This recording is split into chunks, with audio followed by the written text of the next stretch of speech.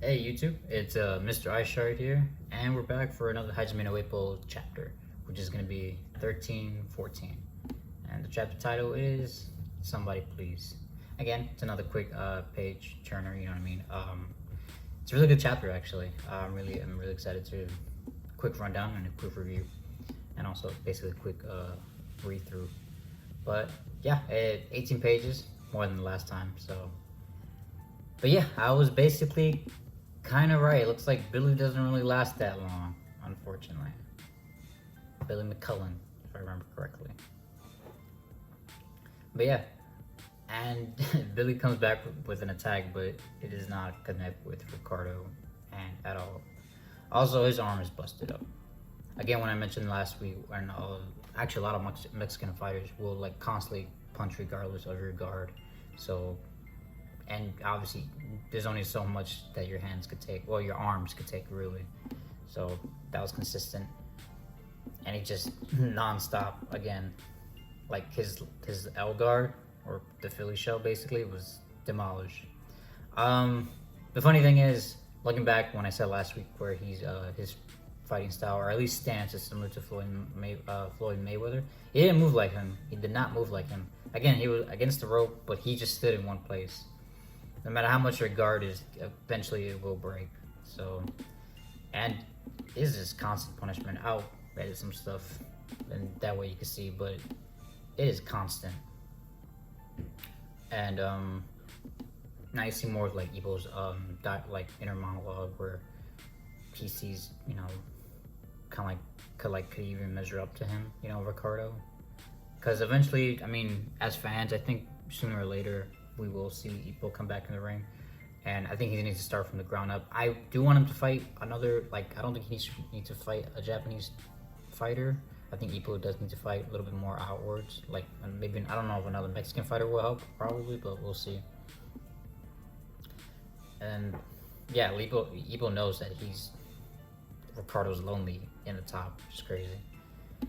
And again, like, he defeats McCullen, like, simple. What's crazy about this fight, again, me scrolling past, like, one round knocked out, which is crazy. It's I find it interesting that that's boring to Ricardo. Like, he finds that, like, where other fighters just, if it's a one round knockout, I'm hyping up. You know, if I did that myself, what, like, easy, not honestly easy victory, clean victory, you know, short night, bam.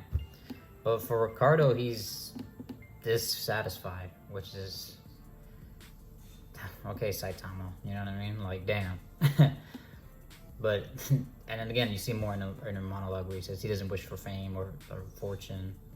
He just wants to know the true meaning of boxing, which I could commemorate that, because like he just feels like he's just too good.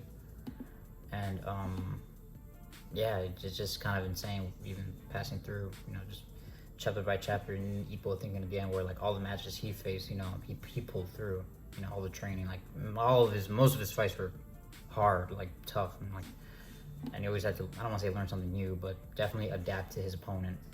And Ricardo, what I was gonna say about Ricardo, he just used his left. All he did was just mainly jab, and like probably like 2 counters in that whole fight. I probably have to reread the whole fight, which is only 3 chapters long or so, or 4. All he did was left jabs, like constantly, which is insane. And the funny thing is, I think, well, you would assume at that level anyone could like handle that, but it was just insane. Which reminded me of an ipoo fight earlier on, like really early chapters, when I want to say probably like his 3rd, 4th fight, where he faced an opponent where that was just using his left, like constant jabs and then counter with the right. But Ricardo ended it with just the left jab, and that's it. And he remembers what I always butcher his name, Takamura. Like when reaching to the top, there's a view that only who have to scrape and suffer to get to see, and for that reason we climb. We climb to the Holy Land, so we don't call it lonely, we call it extraordinary, which is very true. That's what he believes in. Because I'll try to find the image if I can. But there is basically there's obviously other people that are up on the top similar to Ricardo in other weight classes, and I would say Takamura's up there, but he wants to obviously achieve 6 weight classes. So that's like, and he doesn't see that lonely. He doesn't see that like he's like the strong. Well, he wants to be the strongest, right, in boxing, but he doesn't see that lonely. He sees that like an amazing achievement, so to speak. Where Ricardo just sees, you know, loneliness. He doesn't, yeah, just like 1 star up in the sky. And again, the art's great. Now, chapter, okay, with the chapter ending with him beating Billy and him, again, back to his, like, usual emo self, well, not emo, loathsome self. We see, the loser of the previous fight against Sendo, Alf Gonzalez, or Alfredo Gonzalez, and I really like this character, only because he has my last name. So anytime I see another, Latino character in any medium, it's always exciting. But yeah, it looks like, you know, since he lost his 2nd place position with Sendo being, he truly believes that Ricardo won't be lonely anymore. Alfredo, you know, him against like I guess on top of like a, I don't want to say tower or something like that, but a cliff, I guess. He truly believes that there's 2 fighters that won't make him lonely, and since he fought both fighters, that being Sendo and Ipoo. So he actually believes that Ipoo will come back, and I think so too, as like the main character title. But it's always interesting when you see a character like stop, you know, in their tracks to, you know, do something else, or you know, the way, like, let's say Naruto stopped being a ninja and it's not even about him anymore. But you know, that could be, you know, that could be said about a bunch of arcs where like it wasn't really about him. It could be about Shikamaru. But yeah, the chapter ends with them gonna have a victory party with Sendo and stuff like that. And when, obviously, with Alfredo saying those 2 will, you know, give him the challenge, and that way he's not lonely. We cut to Sendo and Ipoo. But I'm excited. What's to come. The chapter was great. I mean, jeez, like he just ended him like fast. Like McCullen did not last long. And it makes me wonder, like, what's to come with the next fight. Like with the next few chapters, you know, probably like some, I don't want to say revelations, but something new. But the chapter was great. He just demolished him. Alfredo acknowledging that Sendo and Ipoo can like go toe to toe with Ricardo, which is interesting because Gonzalez did beat Ipoo, and I mean, I was still shocked in that fight when he lost against him, which was insane. I mean, if I'm being honest, I was cheering for Gonzalez because, like, oh, cool, you know, character, you know, another Hispanic character or Latino character, I should say, and against the, you know, the main character. So it's like, oh man, it's gripping. Like, who's gonna win? But he does acknowledge. I mean, with Sendo, I don't know. I mean, against Billy, he wasn't really aggressive as other fighters should. With Sendo being very an aggressive frontal fighter, a slugger, if you want to call him, that fight would be interesting. Most definitely against. I think that would kind of make Ricardo smile. Hopefully, maybe get him excited. And with Ipoo, I would say the same too. He's more. I don't want to say he's a slugger. You know, he's an in-fighter. He needs to be inside to like go down, like bring down an opponent. But if Ipoo were to fight Ricardo, oof, man, Ipoo will get like.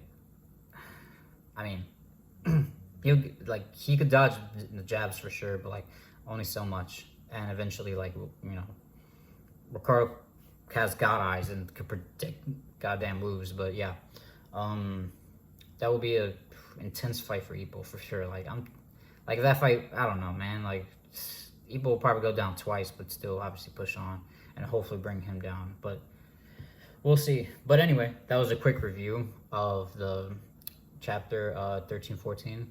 I really liked it. I'm excited for the next chapter. Probably like a wind down chapter, obviously, because there's no more fights. So we're going to see like how other characters react to, you know, them winning, and now Sendo being number 2 in the ranks. So that's pretty exciting. But yeah, other than that, I really enjoyed the chapter. Art's always great, right? And let's see what's more to come. Again, like they're obviously setting up for Sendo and Ipoo to fight Ricardo. I mean, in Latin terms, vamos a ver. We'll see, right? So yeah, it's gonna be pretty exciting. I don't know how many chapters in we'll see that fight eventually. Hopefully I don't know, man. I give it like maybe like I don't know, like 50, but it's gonna be a while till we see that. But probably sooner than you think.